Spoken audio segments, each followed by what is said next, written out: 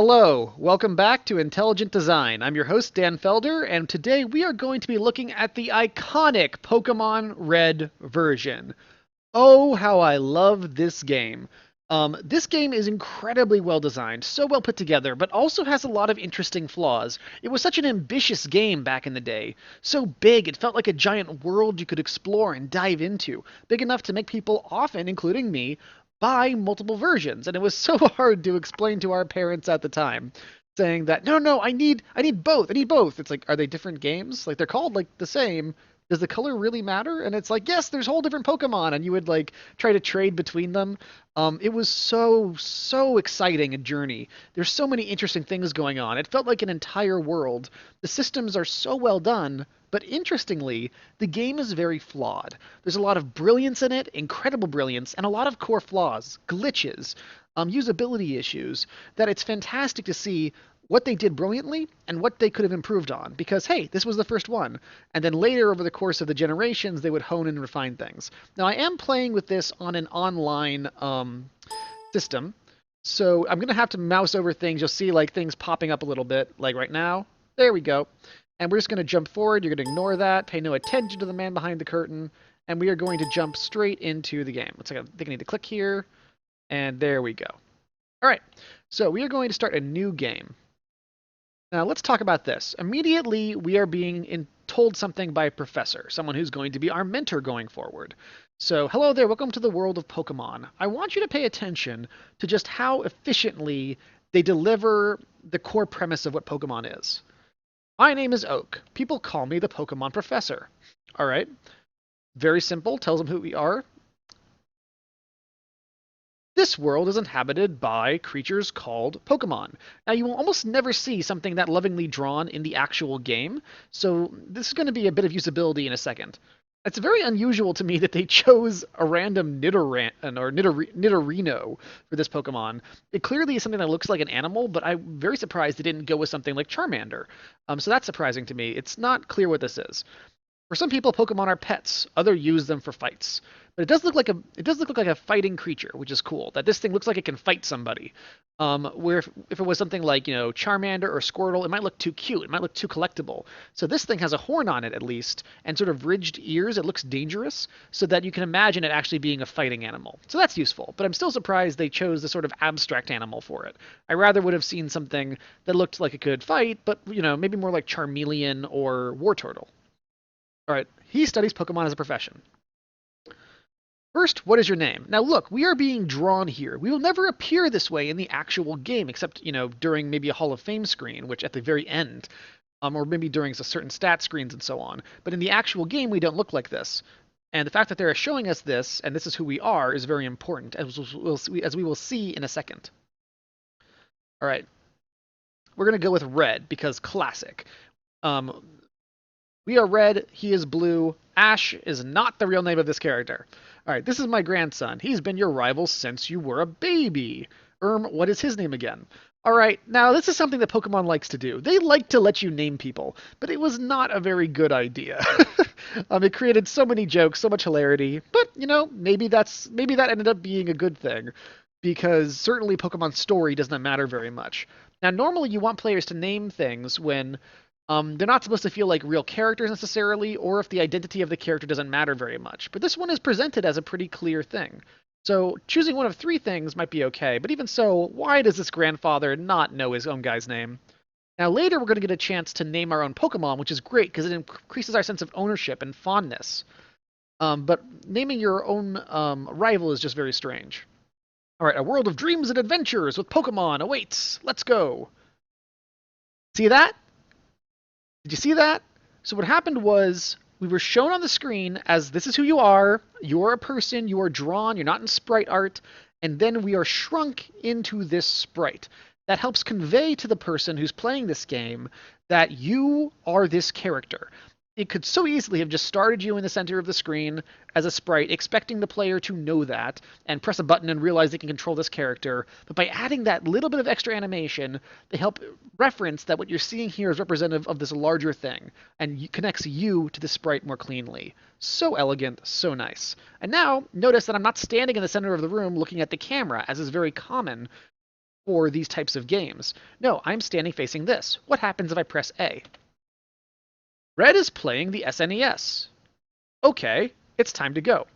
So, how do they start us in this game? They are trying to give us a window to the world so cleanly. What am I doing when I start playing this game for the first time? I am playing a video game. I'm playing a Nintendo game, in fact. And so what is my character doing? My character in the world is playing a video game. That's really clever.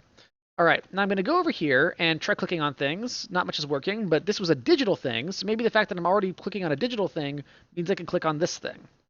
Red turned on the PC. I'm going to pick up an item. And notice that actually the withdraw is the first thing selected. So if I just keep mashing A, I withdraw, then I automatically hit the potion, then I automatically hit A for the potion, then I automatically hit cancel. All right, now I can withdraw again. There's nothing stored. Okay, so log off.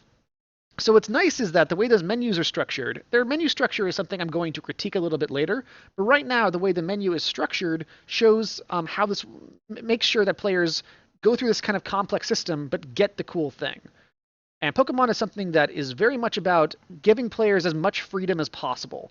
And even though this opening is going to be incredibly scripted, there's so many things you need to know in a row, they're going to give us whatever they can to make it feel like we are in control just a little bit more.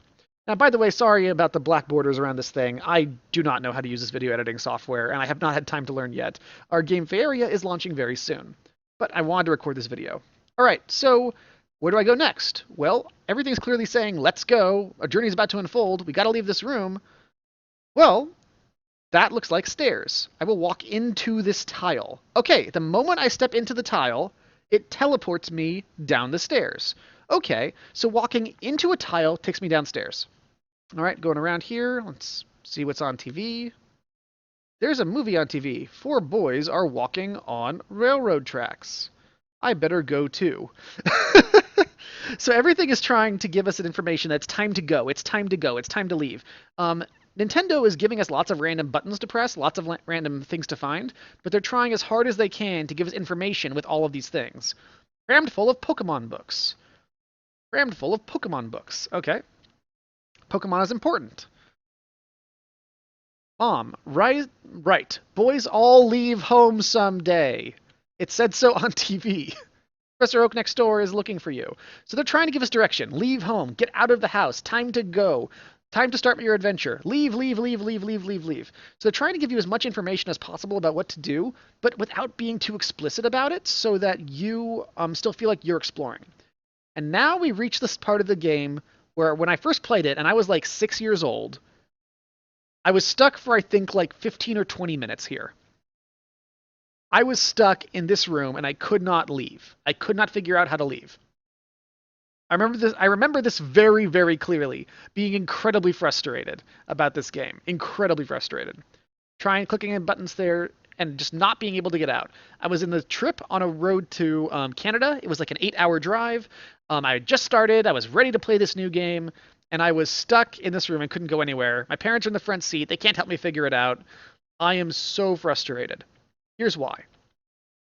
I got down into this room in about 2 seconds. It was very easy for me to be up in my bedroom and say, oh, staircase, walk into stairs. Oh, great, I'm taken downstairs. Well, here's the question. Where's the door? Well, maybe it's there. Apparently it's not. Because clearly, all I have to do to find the exit is to walk into the tile, and then it will take me the place I'm supposed to go. I didn't walk into this staircase and then press down and then walk to the side. No, the moment I stepped onto the thing, it takes me down. So how do I get out? Now, I've accidentally walked into walls a few times while I'm walking through here, but clearly that doesn't do anything. So the thing is, the game has already become inconsistent. That walking into a tile takes you somewhere. Great, very clean, very clear. But now it's not true. Now, in later games, they'll put an arrow on the screen pointing down, so that you should press down here, and that helps players understand how to get out. or they'll put light coming from like a window outside. They get a lot more clear. This was clearly a problem they had, clearly a user issue they discovered after the game released, and they would make steps to fix it. But here, what's very interesting is, people think, oh, okay, it's a doormat, that's fine. And I recognized it was some sort of, doormat, and it was at the bottom, so I'm leaving. That's pretty clear. It's the only thing that calls attention here, but nothing is telling me I have to press down. This should have either warped you out the moment you walked into it, or there should have been a visual signal. So let's leave. Now, the moment we're out here in the wider world, I have to say, this is put together so very well. Now, one of the best things you have in a top-down game is control over the player's field of view. You control the player's field of view. So I want to show you how walking just one or two tiles in any direction controls the player experience in a great way. What happens if I walk one tile to the right? Well, suddenly, there's something new on screen. A new point of interest is that sign. Okay, what happens if I walk another tile to the right? I see another house. Another tile. I see the door to that house. Look how cleverly they are doing that. Now, you just get new information so quickly, and they're not wasting any space. Now, let's say I'm here. Let's say I'm trying to explore. What happens if I walk just a single tile up? I see the path out. What happens if I walk a single tile down?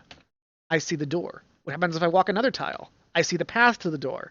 I see the fence to the door. I see a man and a lake. Look how well they are economizing this screen. This requires very careful planning. They could have easily have put too many things on the screen. They could have started us right here. And look, I see a door there. I see a sign. I see another house. I see another door over there. They could have started the whole game with us just standing here. And there's too little direction. But here, they control things very clearly. You can walk out, and then you start exploring, and you are under control. You're under your self-directed control. You could have made a tutorial that Professor Oak walks to your house and says, hey, oh, is he ready to go? Let's take him to his first day of Poke class. I have a present for you. Or he's downstairs talking to your mom when you go downstairs. But instead, they give you a little bit of freedom. And interestingly, if you follow her mother's advice, and you try to go to Professor Oak's lab, he's not there. Yo, Red, Gramps isn't around. Oh, sorry about that. It happens when, like, the mouse shifts. All right. So if you try to follow the advice of the person you're supposed to follow, you actually get misled, which is interesting because it rewards exploration. If you try to do the thing that you're not supposed to do at first, which is just leave town, that is actually what you're supposed to do. So you get rewarded for trying to break the rules. Let's talk to some people and see what they have to say. Normally in these games, these guys say things like, the flowers are really pretty today, or isn't the weather nice out? How is Nintendo going to take advantage of these, well, Game Freak, going to take advantage of these tiny little dialogue snippets to teach things to the player? Technology is incredible. You can now store and recall items and Pokemon as data via PC. Well, that's good to know.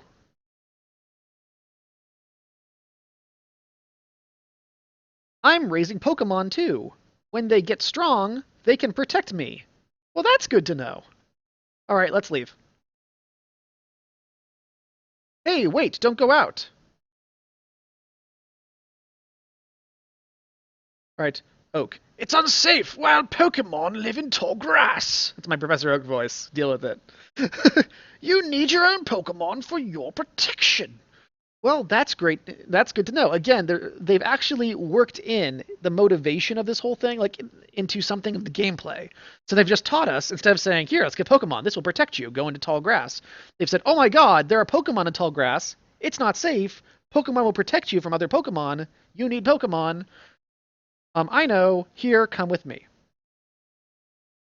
So efficient. And now they just pull you straight down to the house rather than having you wander around again. They could have had him walk off screen and say, go find the house, but instead of giving you a directed, you must go here to continue the quest, instead they let you, they just pull you down in to keep the pace going. All right. Blue, Gramps, I'm fed up with waiting. Blue, let me think. Because remember, you've already had a bit of exploration around town, so they just pulled you down here. All right. Okay, oh, that's right. I told you to come. Just wait. Here, Red, there are 3 Pokemon here. Ha-ha! They are inside the Pokeballs! When I was young, I was a serious Pokemon trainer. In my old age, I have only 3 left. Okay, what does that mean? I mean, and you're just being introduced to the game, that's kind of interesting. Like, okay, I used to be a Pokemon trainer, but now I only have 3 left. You're going to carry on my legacy. But usually people get more Pokemon as they go along. My theory is that he is selling his Pokemon in order to fund his research. But you can have one choose. Hey, Gramps, what about me? Be patient, Blue. You can have one too. All right. So now we've got our first menu problem. I'm going to walk here and I'm going to click one of these Pokeballs, and we will see what's going on. All right, I'm going to pick Charmander, I think, because we're playing Pokemon Red. Obviously prefers hot places. When it rains, steam is said to sprout from the tip of its tail. So, you want the fire Pokemon, Charmander? Look at that! If I click A here, and I've been clicking A, I've had to click A several times in a row. I've had to click A to go through the menu multiple times to talking about, click A for the Pokeball, click A for the information, click A to progress the information, click A to progress the text box. If I click A again here, as I'm going to do, I have already chosen my Pokemon. I have made the biggest decision I can make. What you want to do is you want to start these decisions on no. You want to hit, if players are just randomly jamming A, because they want to skip past text, you don't want them to accidentally agree to this. They have to restart their game now. They have to restart their freaking game if they want to redo this. That's really awkward. I haven't even seen the other Pokemon yet. You have not ensured that I get to see what my full choices are. So this is really awkward. A lot of people, I'm sure, accidentally chose their Pokemon. All right, now I have a chance to give a nickname to Charmander. I'm not going to do it, but that's, again, good. I referenced this earlier a little bit, is that a great way to make players feel like they have more ownership, they care more about their stuff, is to let them customize it. And naming is one of the easiest ways to customize things. So there's a lot of talk about how in the early XCOMs, naming your soldiers allowed you to create so much more emotional investment. When the new XCOM game was released, so many players were like, please, please, let us name our soldiers. That's so important to me.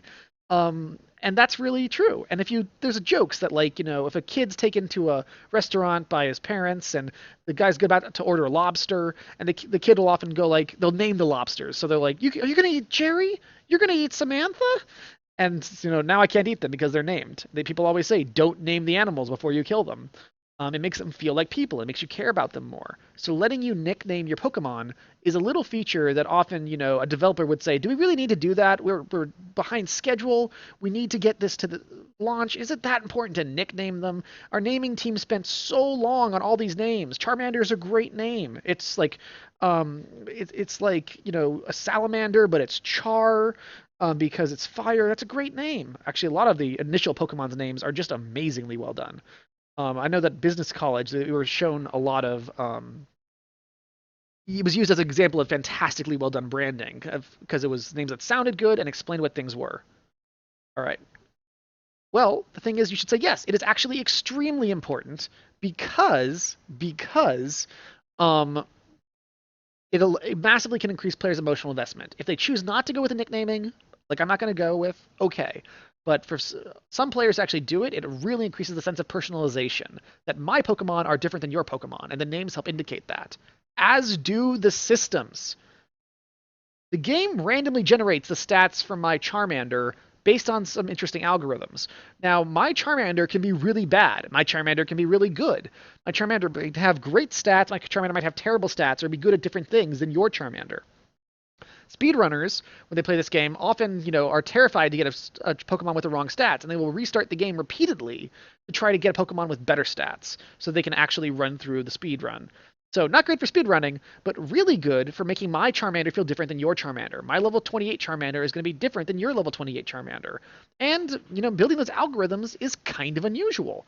Why would you go to that extra effort? You could just, set the exact number you need, and then playtesting is easier. Playtesting is much easier. You can playtest with the same thing and know exactly how strong it'll be at every single point. But if your game is all about trading and customization, and my Pokemon feels different than your Pokemon, which is we're going to run into a lot if this game involves trading our Pokemon around, well, that's a great feature. All right. It does create some really awkward problems with the rest of their system, and I'll talk about how they solve them later. All right, we were into our first battle. Now, again, they gave us a chance to walk a little bit. So we had to walk around. We didn't just pick our Pokemon from a menu, drop-down menu. They let us walk around a little bit, talk to Pokeballs, explore what that's going to be. That's really great. Because again, this whole session is so linear, so scripted. To let us explore a little bit, walk into tall grass, explore our house a little bit, talk to people a little bit, go to they misdirect us just a little bit. That go to the Professor Oak's lab, and then he's not there, and so where should I go? I guess I will go explore.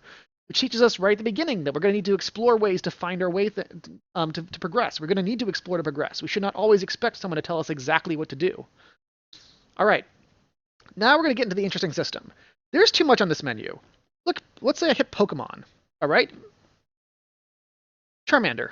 Hit a switch. It's already out. Stats. I have to choose a Pokemon, by the way, in order to cancel, which is awkward, too. I can't just cancel. I have to actively choose a Pokemon to cancel. You could be stuck on the screen and say, how do I get out? How do I get out? And luckily, the B button gets you out. But it'd be nice if there was a cancel button at the very bottom of these Pokemon. So this thing is useless. I would much prefer if this button only appeared, this menu option only appeared after you had your second Pokemon. Simplifying the menu to start is great. Run. Oh, there's no running from a trainer battle. All right. This one I don't mind as much, but it would, like, I don't want to suddenly not necessarily appear in every trainer battle. I think that it's good to give people a consistent menu, but in the tutorial you want to make things as simple as possible. So the fact that I have items is actually relevant because I do have a potion, but if I did not have a potion, I would prefer to not have this button here. So just fight and run would be good, or maybe fight an item and say you have no item specifically, just because it's important to make sure players feel like this menu exists for a reason. All right, so let's choose fight, which luckily your cursor started on. All right, fight, scratch or growl. Do you notice something interesting here? I am a fire-type Pokemon. All my types are normal. I don't have any fire moves. The most obvious thing in the world is to start players with their fire Pokemon to start them with fire moves. This rock, paper, scissors system is so important and so core to the entire game. Why are they not doing it? Well, let's try scratching. And also, this doesn't tell us what these moves do, by the way, at all. Like, later games will tell you that, but the first game, you have to experiment to find out. Let's try Growl. By the way, I love these two name choices. Scratch is clearly a physical attack. Growl is clearly not going to hurt them. Unfortunately, the tail whip that Squirtle has is unfortunately sounds like an offensive move, so it's not as well named. All right, it's Growl. Enemy Squirtle's attack fell. Okay, I growled them and it's kind of scared them. Tail whip. Charmander's defense fell. Now you see that it went side to side, so it didn't feel like I was actually physically attacked, which is good. But again, the name is not well chosen. All right, so let's go to scratch him. Okay. You see that physical impact felt like there was a lot more physical impact. You're not even getting to hear any of the sounds right now. All right, wow, his Pokemon seems to be way better than me. This is actually a problem here. Is that this is one of those problems I went into with the random stats, is that it's very, very easy to get unlucky and lose your first battle. And you do not want that. You want players to feel like, they aren't screwing up. Like, you want players to feel like, I'm going to heal myself because I don't want to lose the very first battle. I'll feel humiliated. Okay, you don't want players to lose their first battle usually. You want players to feel a sense of confidence. That they're doing something right because they're uncertain. There's all these weird systems going around. They have to figure out all these interesting things about the game. You do not want them to feel like they're not getting it right, that this game's too hard, this game's too confusing. So you want them to stumble through and succeed for the most part so that you build up their confidence. So I think that was a mistake. All right, we grew to level 6. Now you can see this again is excess information on the level system right there. Excess information. But it's okay because after the first fight, we do see the number change. If we had lost, we wouldn't have seen that number change. I love that. Unbelievable, I picked the wrong Pokemon.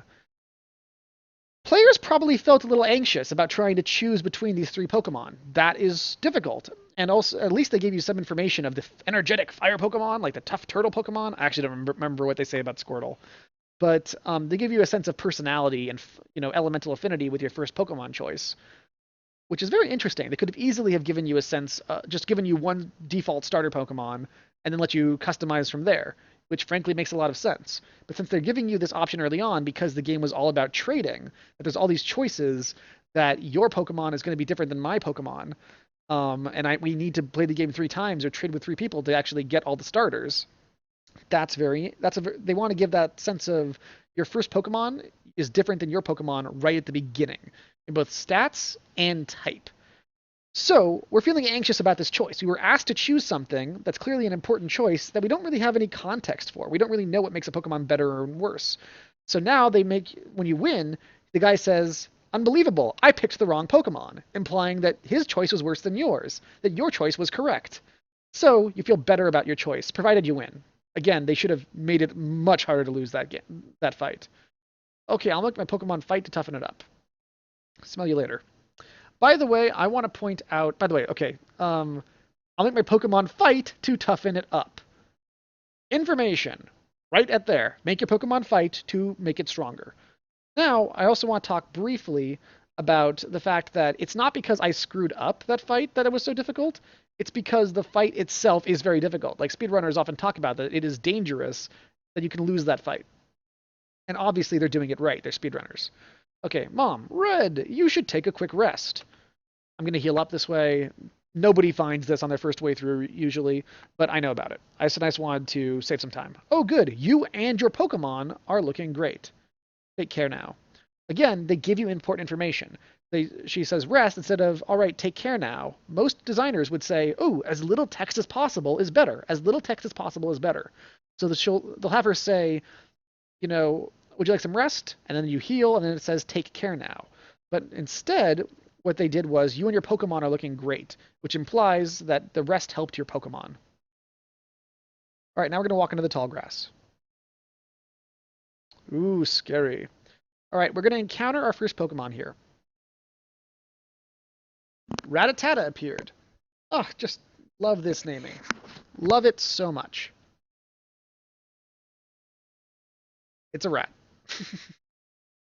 Maybe I would have called it like a rat fang or something like that. That's probably a bit better. Rattata is a little weird, but it doesn't matter. The name is that it's a rat, and it's a rat type Pokemon. It looks like a rat.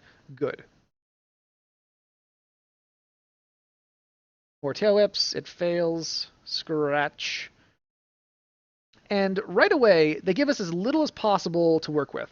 Scratch and growl. And again, no elemental type. Think about why. So, they could have just given us Scratch, by the way, or just one physical attack, because that's all you use in these fights anyway if you're smart. But instead, they gave us a fake choice. All right, hey, look at this. I work at a Pokemon Mart. It's a convenient shop, so please visit us in Viridian City. Great. Okay, but I don't want to, like, follow this guy's advice. I know, I'll give you a sample. Here you go. Red got potion. Oh, heck yes. Now I feel good about this guy. He gave me a free thing. Pokemarts apparently give you good stuff. All right? So as I was saying a little bit earlier, as we're fighting these guys, they give you as little choice as possible, but still one that feels like a choice. Could have just given you Scratch and Tackle, made it basically irrelevant, but they give you 2 moves that do very different things. Status move, physical move, and they don't ask you to worry about type advantage yet. All right, I'm going to run because we're not trying to actually beat this game. We're just trying to show it off.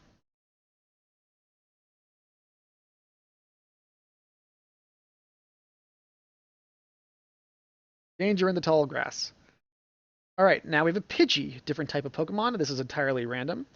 What's interesting here in this section is that um, in yellow version, they provide a lot of a lot of higher level Pidgeys and Pidgeotos so that you can train up your Pikachu more, because Pikachu is absolutely horrifying in the Rock Gym. So they pick these guys very carefully for that reason. Now, the other interesting thing about these guys is that they are really weak Pokemon, like really weak Pokemon. If you catch these guys and you train them to level 100 and you evolve them, they are going to be incredibly weak. They're going to be bad. They're going to be terrible compared to the other Pokemon you could be training. Now, the question is, one of the major things these guys had to solve is, why should I ever change Pokemon? Why don't I catch 6 Pidgeys or whatever in a start, and then just take those through the entire game and train them through the entire game? In fact, why don't I just train one Pokemon through the entire game? And so the answer is, to both the situations, was type advantage. You need a lot of different types, and you will not find that many different types in the early part of the game anyway. But the other thing is, why don't I bring at least one normal type? Well, normal types are not very good at solving type advantages. So you might get a Pidgey early and a Rattata early and so on, but you're not going to carry with them through the entire game because normal types are not that useful. You might carry some through the game, but it's not that appealing. And also, what's great about them is that they don't have any weaknesses or strengths against your elemental types. Even when you do get your elemental types, you don't get discouraged from using it if you have the wrong elemental type of Pokemon. Of course, Pikachu is the exception, but Yellow version came out later and it was already accepted. You kind of knew how things worked. So here's what's interesting about that is Pokemon, if they're trying to get you to change Pokemon, if they're trying to get you to trade out the Pokemon you already catch early in the game for the ones you get later in the game, and the ones you get later in the game, they tend to make the Pokemon later in the game stronger than the ones early in the game. These guys are just bags of experience. Even though you can catch them and carry them through the entire game and try to beat the Elite Four with them and capture Mewtwo with them, all that great stuff, they don't want you to. They want you to be interested in catching Pokemon all the way to the end, which is why they tend to get more and more powerful Pokemon showing up, not just higher level, but also just better stats later in the game. Very few of the Pokemon you see early in the game have really good base stats. Usually you're not finding the very best stuff until right till the end. I'm talking about Chansey. So overpowered. Doesn't show up till the very last end games. Talking about Alakazam. Crazy overpowered. I'm talking about the legendaries. I'm talking about Mewtwo. I'm talking about really interesting Pokemon that are useful in different ways, like Ditto. These guys don't show up till the very end, whereas the really weak Pokemon show up at the very beginning. Now, if they had dropped us some Abra in here, something that could be powered up and trained, well, actually Abra's really hard to train. Maybe a bad example. But if they had dropped us something like a very low-level Chansey or something very, very, very, very powerful early on, we would feel like we can ride this all the way to the end of the game. And unfortunately, they kind of do that. They do drop you the Charmander. Now, they want you to have a sense of stability as they go along, which makes sense. Your starter Pokemon, you don't want to abandon your starter Pokemon. But the best way to beat this game that a lot of players did is just only fight with your starter Pokemon. It becomes severely overpowered and then just burst through the whole rest of the game. And Charmander was a real problem with this, because Charmander is bad against Brock in the first gym. So what happens is they really mess with him. The Charmander has to train up to be really, really overpowered, which is why we have the bug Pokemon section right before the gym section. Now, Squirtle is not very good against bug Pokemon. Bulbasaur is not very good against bug Pokemon. It doesn't matter. They both have super effective moves against the rock gym. Whereas Charmander is ineffective against the rock gym and very weak to it. It usually means you have to evolve him to a Charmeleon, level 16, before you can get there. Level 16! That's pretty far. That's like, 8, 9, 10, 12 more levels. No, I know how many levels it is. I'm currently level 7. That's a lot of levels is the point. And so what happens is Charmander gets so overpowered between that and the next water gym that he becomes really, really strong before you can possibly progress through the rest of the game. So unfortunately, you have to keep training your Charmander harder and harder and harder to bypass those areas, and you just blaze the whole game with like one Pokemon, and it becomes very kind of silly. They might have been trying to encourage you to train other Pokemon to beat Brock, but unfortunately they don't do a very good job of that because you don't get any grass or water Pokemon in this section. So because of that, and you don't get any lightning Pokemon besides a Pikachu, which is not a very powerful Pokemon, and it's also very rare in in the Viridian Forest. Like, the idea is, of course, that you use Pikachu to bypass the Zubats in the Mount Moon. You use the Pikachu to bypass the water gym, but Pikachu's terrible against the rock gym. And he's also rare, and he starts at level 3. So this whole section is very awkward for that particular problem. But it's very, very good for encouraging you to switch up Pokemon as you go along, unless you tended to start with Charmander. All right, so I want to talk about a quick usability thing, and then we're going to start wrapping things up. Also flashing back to me playing the game for the first time as like a 6-year-old. I can't talk to her, right? She's behind a wall. Now, if I were to try to talk to somebody on the other side of this fence, like they were standing right on the other side of the fence, I would not be able to talk to them. I know I need to walk up right next to people to talk to them. Can I talk to this guy from a space away? No. No. See, I have to be right next to him to talk. I have to be right next to people to talk. So, the most important thing in a Pokemon game, right after how to get Pokemon and fight them, is how to heal them.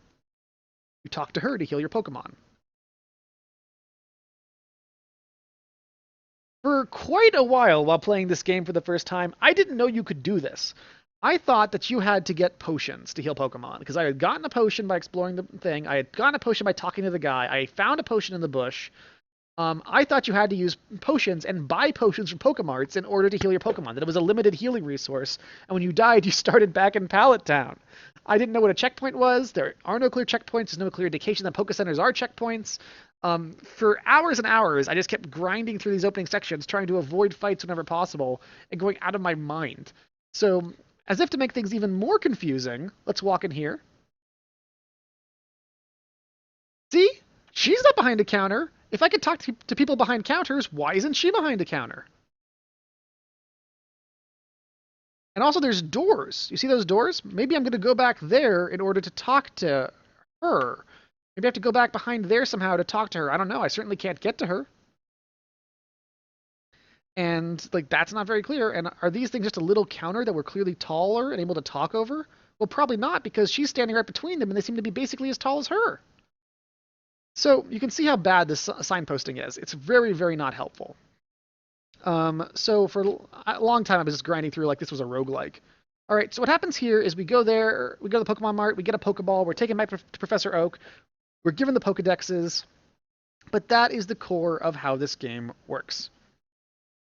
So thanks for watching. I hope you enjoyed my quick talk about the discussion of the opening of Pokemon and the way this is set up, the way the leveling system works, the way the gyms are laid out right in the opening, the way that things are put together. Because again, even though Charmander is a disadvantage in the first gym, he is given a section of Bug-type Pokemon, which he has a super effective attack on. He has a super effective attack to kill them in power level, to level really quickly. So you can kill, like, Metapods and Kakunas really fast with your super effective attack, twice as fast as anybody else, and that's very, very consciously done. So, this is Pokemon. I love this game so much. It's great. It's full of brilliant stuff. It feels big and ambitious, like a gigantic world spawning before you. It's a wonderful game, but it has a few usability issues and a few goofy things, but also some very clever things. The fact that they didn't give you the elemental thing is the last thing I want to talk about. I teased it. I'm going to resolve it. The elemental type system, the fact that they did not give you an elemental move is so good. Because let's say I had used my Ember first fire move on Squirtle, the water Pokemon, in my first fight. It would have said it's not very effective, it would have dealt very little damage, and I would have thought Ember sucks. Ember sucks. If they'd given me Scratch, Ember, and Growl, or even just Scratch and Ember, I would have learned Ember is a bad move, which is not true. It's my best move. I mean, it's going to be great against so many things, but because of the way they set things up, that the rival's Pokemon is better against yours, they could have done it the other way. They could have made it that it's weak against yours, which would have helped teach you that, but also would have meant that the rival battles were much less intimidating. It's way better to feel like he has an unfair advantage, so you feel better when you beat him. So they paid the price, though, in that element of usability, so what they did was they cleverly said, you don't get fire elemental moves, you don't need to worry about the elemental system at all until after you've gained a little bit of a level, and then it feels like a special thing you unlock. It's very easy for designers to feel like the minimum viable product of their game is the entire system at once, and elemental types are the core of Pokemon. So it takes a huge amount of discipline to not present that at the beginning, to not present that part of your system. Let people discover it as they go along. Well, thanks for watching Intelligent Design. You can follow me at DesignerDanF. Please like and subscribe this video if you liked it at all. And if you hated it, then definitely do not like or subscribe it. And definitely don't share it anywhere with anyone, because all it will do is encourage me to make more. All it will do is make me happy. And all it will do is make me want to do a better job in the future.